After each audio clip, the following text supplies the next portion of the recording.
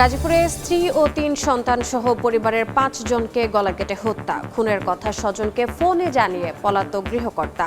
পারিবারিক বিরোধের জেরে খুন ধারণা পুলিশের। হাম উপসর্গে আরও ৯ শিশুর মৃত্যু। হামের সঙ্গে অন্য রোগ নিয়ে ভর্তি হওয়ায় বাড়ছে জটিলতা। সরকারি হাসপাতালে আলাদা আইসোলেশন সেন্টার। বিএসএফের গুলিতে আবারও ঝরল বাংলাদেশের প্রাণ। ব্রাহ্মণবাড়িয়ায় কলেজ ছাত্র সহ নিহত ২, আহত ২। রাঙামাটিতে দুর্বৃত্তের হামলায় ইউপিডিএফ কর্মী খুন। মাদারীপুরে চিরনিদ্রায় যুক্তরাষ্ট্রের হত্যার শিকার বৃষ্টি। স্বজনের আহাজারিতে ভারী এলাকা। পরিবারের পাশে থাকবে সরকার। বিমানবন্দরে মরদেহ হস্তান্তরের পর সচিব। এবং হাওড়ে ক্ষতিগ্রস্তদের সহযোগিতার আশ্বাস কৃষিমন্ত্রীর। বন্ধ চিনিকল চালুর পরিকল্পনা জানালেন শিল্পমন্ত্রী। রেলের জমি উদ্ধারের ঘোষণা প্রতিমন্ত্রীর।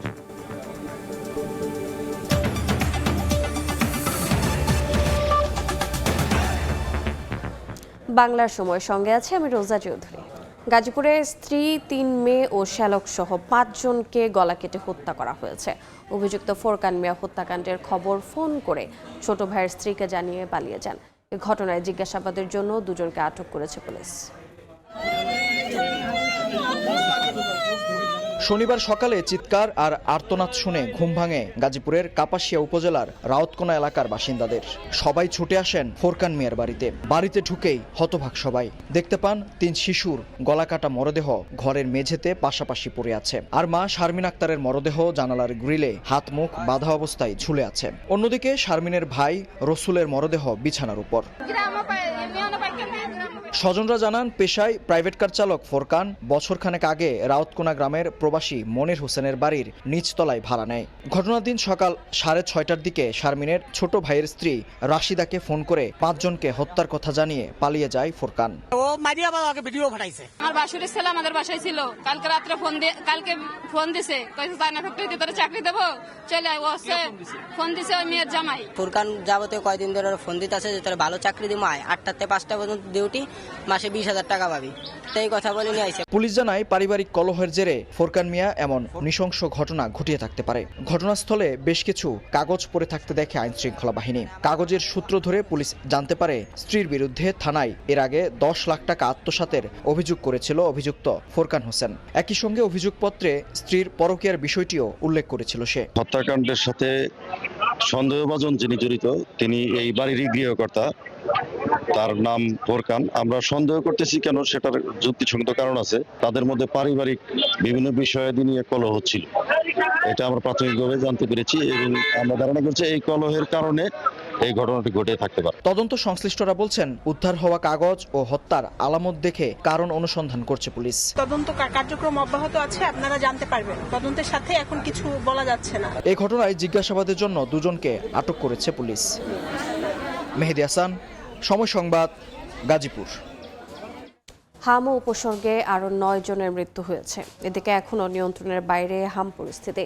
সঙ্গে অন্য রোগ নিয়ে ভর্তি হওয়ায় জটিলতা বাড়ছে বলে জানিয়েছেন চিকিৎসকেরা।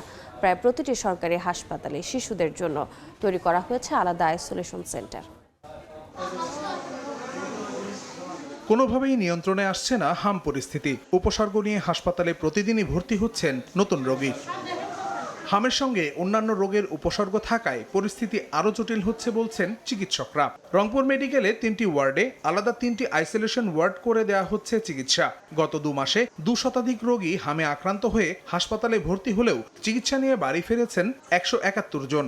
বাবুর হাম হয়েছে, আজকে 7 দিন হলো ভর্তি হবার। বাবু এখন একটু সুস্থ আছে। জ্বর, হাম, কাশি, শ্বাসকষ্ট এগুলো নিয়ে ভর্তি করাইছি 2 তারিখে। এখন মোটামুটি সুস্থ। গত 2 সপ্তাহ আগে যে পরিমাণ রোগী ছিল তার তুলনায় এখন রোগী বেড়ে যাচ্ছে। আমরা চেষ্টা করে যাচ্ছি যে সর্বোত্তম চিকিৎসা দেওয়া, তবে এই মুহূর্তে আমাদের সরঞ্জামাদি, ওষুধ বা চিকিৎসা এই সংকটটা নাই। একই অবস্থা বরিশালে। রোগীর চাপে হাসপাতালের শয্যা সংকট দেখা দিয়েছে। এক শয্যায় চিকিৎসা নিতে হচ্ছে 3 থেকে 4 জন শিশুকে। বাধ্য হয়ে অনেকের স্থান হয়েছে হাসপাতালের করিডোর ও মেঝেতে। শের-ই-বাংলা মেডিকেলে বর্তমানে হাম আক্রান্ত হয়ে ভর্তি আছেন 170 জন। এক বেডে 3 জন করে মানুষ দিচ্ছে, থাকতে পারি না বাচ্চা নিয়ে, রাইতে ওই নিচে বইতে লাগে। আমাকে যে বাচ্চা দিচ্ছে এই বেডে 4 জন রোগী, এত বাচ্চা থার মতন কেমনে থায় কেমনে। এদিকে সুনামগঞ্জ সদর হাসপাতালে প্রতিদিন গড়ে 25 জন শিশু হাম ও উপসর্গ নিয়ে ভর্তি হচ্ছে, তবে চাহিদা মতো ওষুধ না পাওয়ার অভিযোগ রোগীর স্বজনদের। অন্যদিকে রোগীর চাপে চিকিৎসক ও নার্সদের হিমশিম অবস্থা। প্রচুর পরিমাণে পেশেন্ট, আমাদের জনবল অনেকটা কম সেই রোগীর তুলনায়, তারপরও আমরা চেষ্টা করতেছি তাদেরকে সন্তুষ্ট রাখার জন্য। চাঁদপুরে বেড়েছে হামে আক্রান্ত রোগীর সংখ্যা। স্বাস্থ্য বিভাগের তথ্য মতে 30 মার্চ থেকে শনিবার পর্যন্ত আক্রান্তের সংখ্যা 4 শতাধিক। এদিকে হাম পরিস্থিতি পর্যবেক্ষণে পটুয়াখালী সদর হাসপাতাল পরিদর্শন করেছেন পটুয়াখালী 1 আসনের সংসদ সদস্য আলতাফ হোসেন চৌধুরী। আহসানুল করিম, সময় সংবাদ। বিএসএফের গুলিতে সীমান্তে আবারও ঝরল বাংলাদেশের প্রাণ। এবার ব্রাহ্মণবাড়িয়ার কসবা সীমান্তে নিহত হলেন 2 যুবক। স্থানীয়রা জানান শুক্রবার রাত 12:30টার দিকে বাংলাদেশি কয়েক যুবক কসবার পাথারিয়াদার এলাকা দিয়ে সীমান্ত দিয়ে ভারতে ঢোকার চেষ্টা করেন। এ সময় বিএসএফ তাদের লক্ষ্য করে কয়েক রাউন্ড গুলি করলে ঘটনাস্থলেই বাংলাদেশি 2 যুবক নিহত হন। নিহত মোরসালিন ও নবীর হোসেনের লাশ ভারতের বিশালগড় মহকুমা হাসপাতালে রাখা হয়েছে। এ ঘটনায় আহত 2 যুবককে উদ্ধার করে কুমিল্লা মেডিকেল কলেজ হাসপাতালে পাঠানো হয়েছে। রাঙ্গামাটিতে দুর্বৃত্তের গুলিতে এক ইউপিডিএফ কর্মী নিহত হয়েছেন। সকালে জেলার মারিশা দীঘিনালা এলাকায় এ ঘটনা ঘটে। স্থানীয়রা জানান কয়েকজন অস্ত্রধারী শুকনাছড়া এলাকায় অবস্থান নেয়। বিষয়টি টের পেয়ে হেগেরা চাকমা দৌড়ে পালানোর চেষ্টা করেন। এ সময় তাকে লক্ষ্য করে কয়েক রাউন্ড গুলি ছোড়ে দুর্বৃত্তরা। এতে ঘটনাস্থলেই তার মৃত্যু হয়।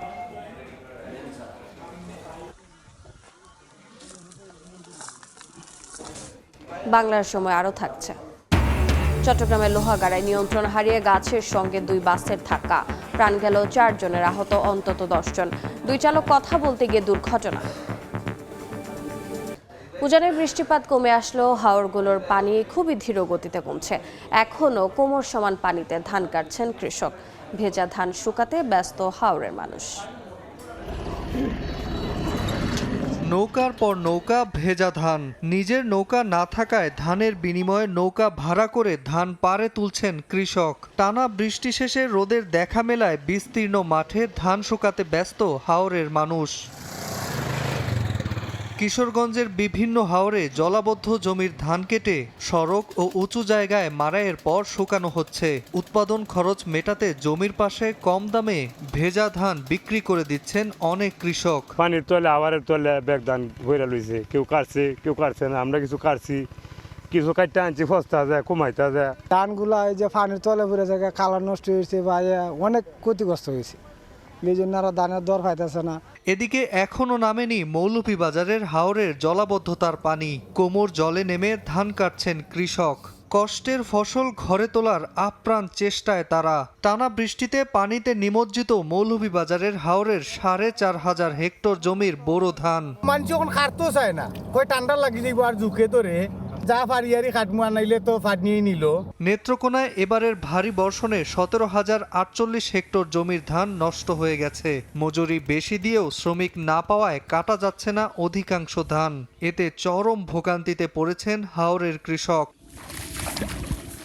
নাজমুল হাসান পুলক, সময় সংবাদ। হাওড়ে জলাবদ্ধতায় ক্ষতিগ্রস্ত কৃষকদের তালিকা করে সহযোগিতার আশ্বাস দিয়েছেন কৃষিমন্ত্রী।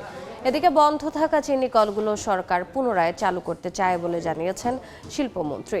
আর অবৈধ দখলে থাকা রেলের জায়গা উদ্ধারের নির্দেশ রেলপথ প্রতিমন্ত্রীর। গত সপ্তাহে টানা বৃষ্টিতে তলিয়ে যায় বিস্তীর্ণ হাওর অঞ্চল, নষ্ট হয় পাকা ধান। এখনো সোনালী ফসল ঘরে তুলতে পারেননি অনেক কৃষক। শনিবার ব্রাহ্মণবাড়িয়ার মেদির হাওর এলাকা পরিদর্শন করেন কৃষিমন্ত্রী মোহাম্মদ আমিনুর রশিদ। কৃষকদের সঙ্গে কথা বলেন তিনি। ক্ষতিগ্রস্তদের তালিকা করে সহযোগিতার আশ্বাস দেন মন্ত্রী। মাননীয় প্রধানমন্ত্রী আপনাদের হাওর অঞ্চলের কৃষকদের জন্য উনার এই ক্ষতি পুষে নেওয়ার জন্য আমরা একটা প্রোগ্রাম তৈরি করছি, ওই প্রোগ্রামের কাজ চলতেছে। পঞ্চগড়ে চিনিকল পরিদর্শন করেন শিল্পমন্ত্রী খন্দকার আব্দুল মুক্তাদির।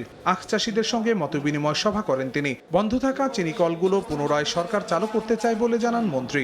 সমস্ত বন্ধ মিল চালু করা আমাদের লক্ষ্য, এই সরকারের লক্ষ্য। যে উপায়ে প্রতিষ্ঠানগুলি লাভজনকভাবে চালু করা যায়, দেশের স্বার্থ রক্ষিত হয়, তার সম্ভাব্য সবটি বিকল্প আমরা খতিয়ে দেখব। মাগুরার মোহাম্মদপুর উপজেলার নির্বিষখালী খাল খননের কার্যক্রম ঘুরে দেখেন সংস্কৃতি মন্ত্রী নিতাই রায়চৌধুরী। পরে এক প্রসঙ্গে তিনি বলেন, বিগত আওয়ামী লীগ সরকার অপসংস্কৃতি দিয়ে দেশের সংস্কৃতিকে ধ্বংস করেছে।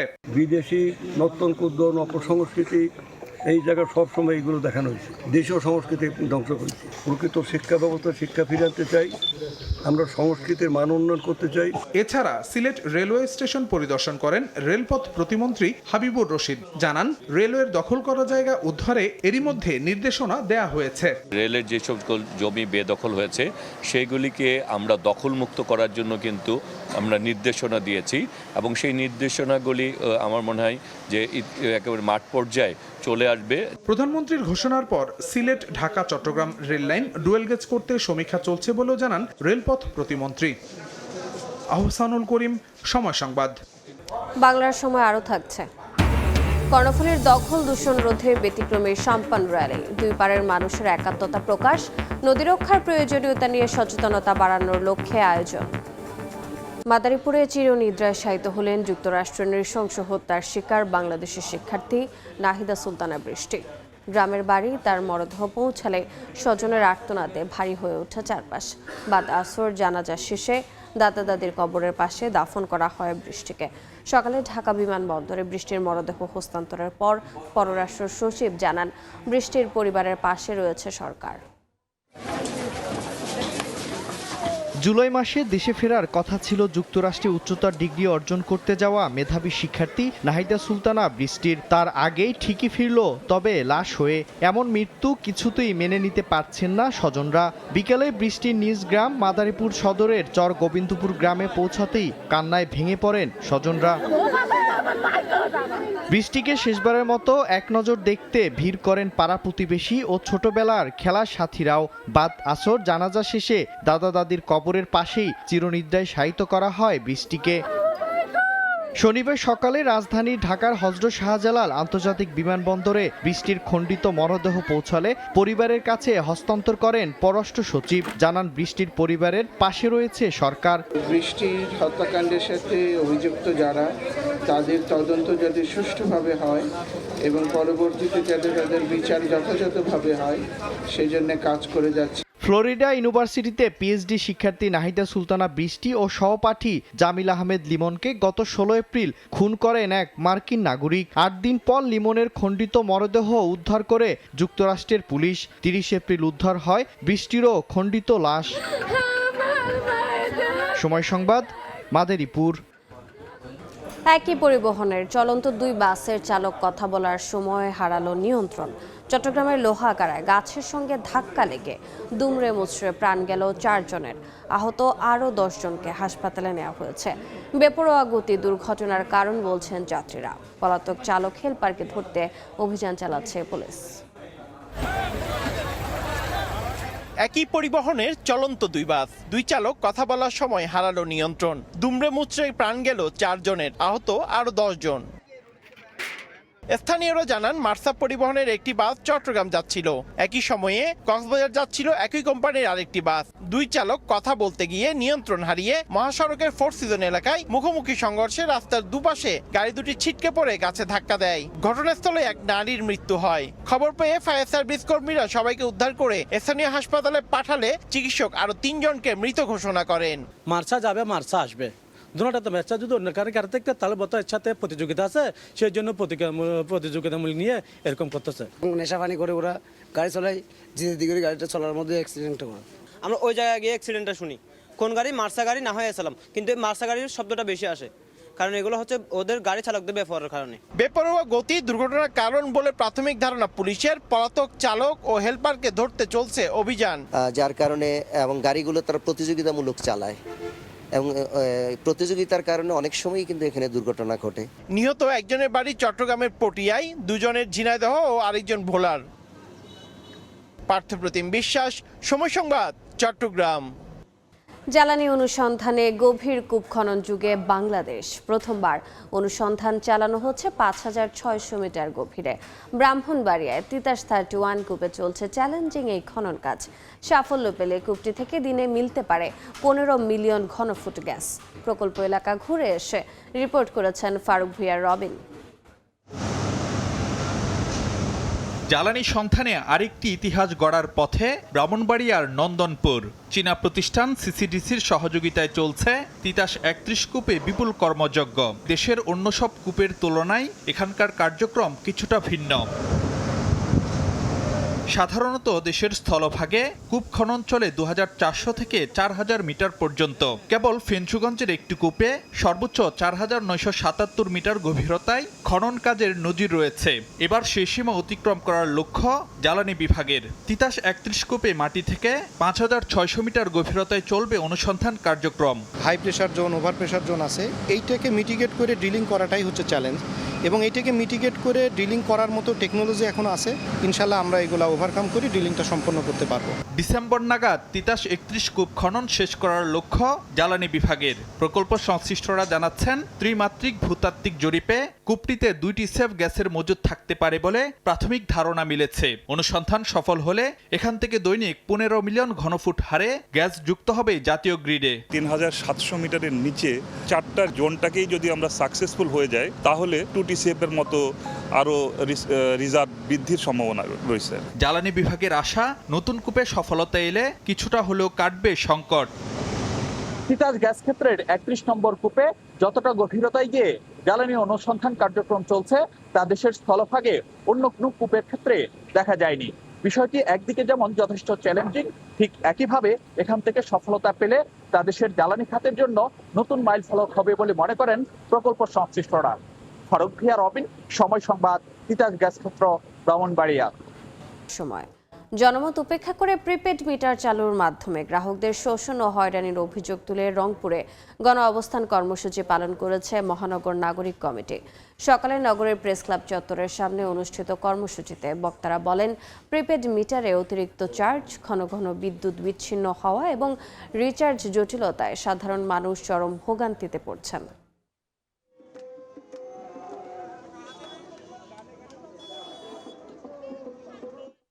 জামালপুরের মাদারগঞ্জ সারিয়াকান্দি নৌরুটে দ্বিতীয় যমুনা সেতু নির্মাণের দাবিতে মানববন্ধন করেছেন এলাকাবাসী। সকালে মাদারগঞ্জ উপজেলার বালিজুড়ি এলাকায় মানববন্ধনে বক্তারা বলেন, মাদারগঞ্জ সারিয়াকান্দি রুটে দ্বিতীয় যমুনা সেতু নির্মাণ হলে রংপুর বিভাগের ৮ জেলার মানুষের সঙ্গে ঢাকা, ময়মনসিংহ ও সিলেট বিভাগের যোগাযোগ আরও সহজ, দ্রুত ও সাশ্রয়ী হবে।